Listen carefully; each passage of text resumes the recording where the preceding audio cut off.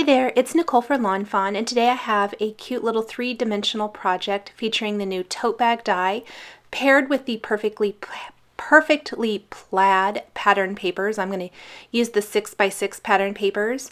Also the Chirpy Chirp Chirp stamp set, as well as the simple stitched hillside borders dies. All brand new dies for CHA 2016.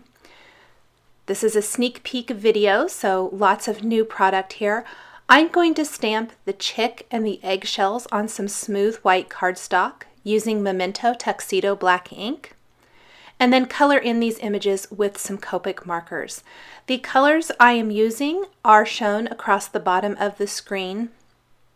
I'm going to keep the coloring fairly simple into just one kind of color scheme. I'm only using yellows and oranges.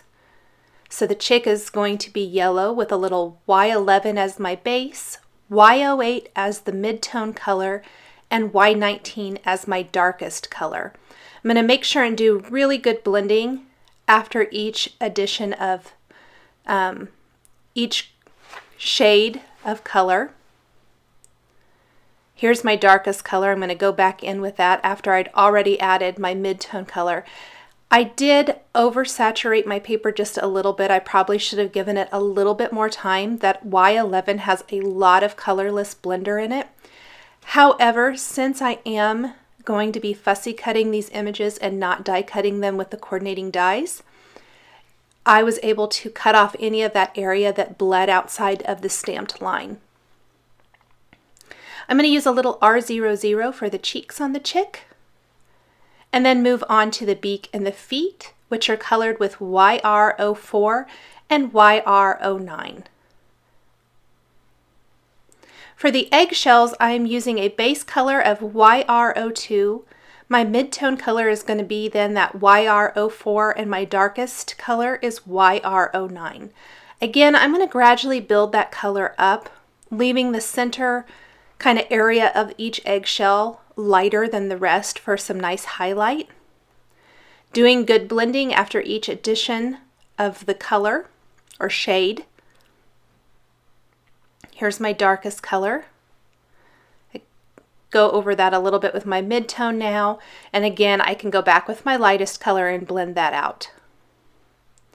I'll go ahead and do the top part of the eggshell with that same color combination.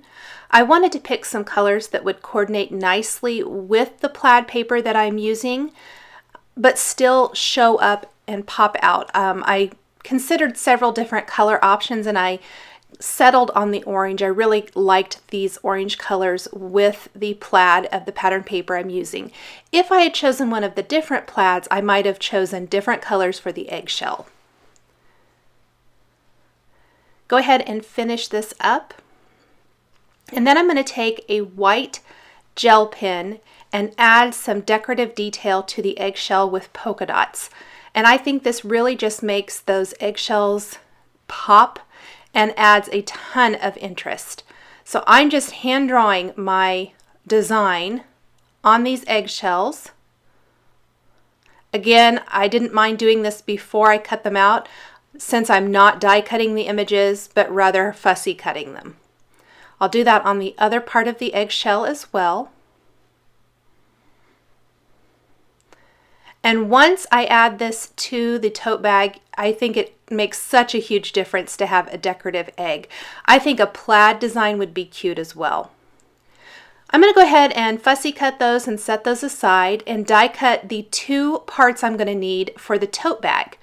So it's one single die, but you're going to need to cut it twice to make each side of the tote bag.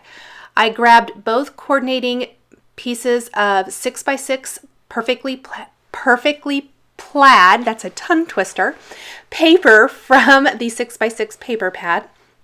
I die cut it twice, and then I'm simply going to score it really well on those score lines. I like to take my Teflon bone folder and really go over all of those score lines to get nice, crisp folds. I'm going to do that for both sides. Go over each and every score line, the sides as well. On those, I'll just use my hand to do that. One more over here that I forgot, the bottom of the bag. And I will do the same thing on the other side. This is going to make it so that when I go to put the tote bag together, it is going to go really nicely. I think if you take the little extra time to really make sure you have some good creases, your three-dimensional projects go together so much better. I'm adding a nice strong adhesive to the tabs on each side of the tote bag, and then I will add that adhesive on one of the inside panel pieces so that the bag goes together and stays together on the bottom. So I assemble each half and then put those two halves together. I apologize, my head is in the way there. Line up those tabs on each side, press it together, and you have an adorable little tote bag. Now, because I fussy cut these dies, I don't like that little white you can see around these, so I'm taking a black brush tip marker and just very carefully going around the edge, the cut edge where I used my scissors on all three of these stamped and colored pieces, and that is just going to darken those up so that you don't see any white whatsoever. I really think it makes a huge difference. Once I get these put on the tote bag itself, you'll be able to see how much of a difference that makes.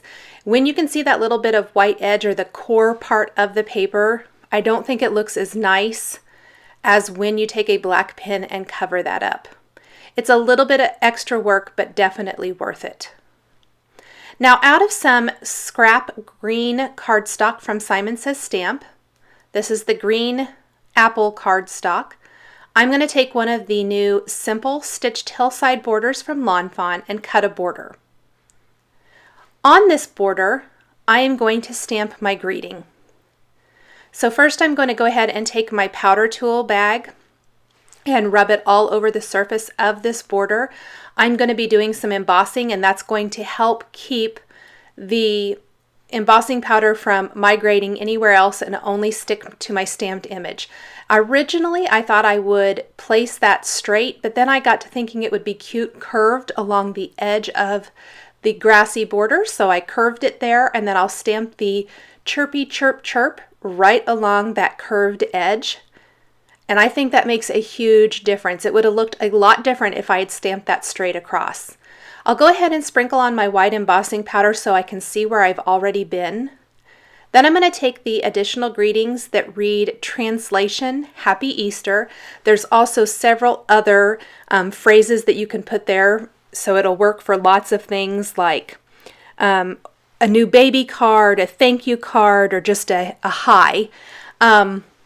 Lots of different themes, but this one's going to be Easter. Stamp that, add my white embossing powder, and then heat set that. Again, I'm going to take a nice strong adhesive. I'm using the Glue Glider Pro Permatac. Attach that border to the bottom edge of the front of the bag. Make sure it's centered and is flush with the bottom of the bag. Then I'm just going to flip it over, take my scissors, and trim off each side.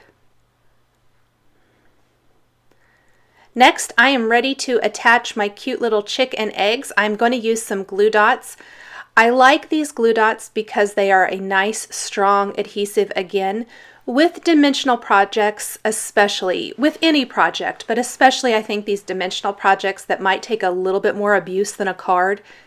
You don't want the little pieces falling off, especially if they get handled a lot or anything like that.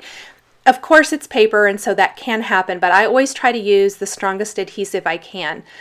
I really like these ThermaWeb medium glue dots and also the bling glue dots. I think they give a really nice, strong, secure, adhere really nice. Try to figure out the best way to attach both sides of my eggshell. And that is pretty much it for the gift bag. I will finish it with a little bit of yellow silk ribbon tying that closed, and then snip off the ends, and that will finish off this really cute Easter tote bag, perfect for the spring season. Watching this video showcasing new stamps and dies from the Simon Says Stamp CHA 2016 release. Here are a couple more videos you might be interested in. Please subscribe for weekly card making and stamping videos. Thanks for watching, and we'll catch you next time.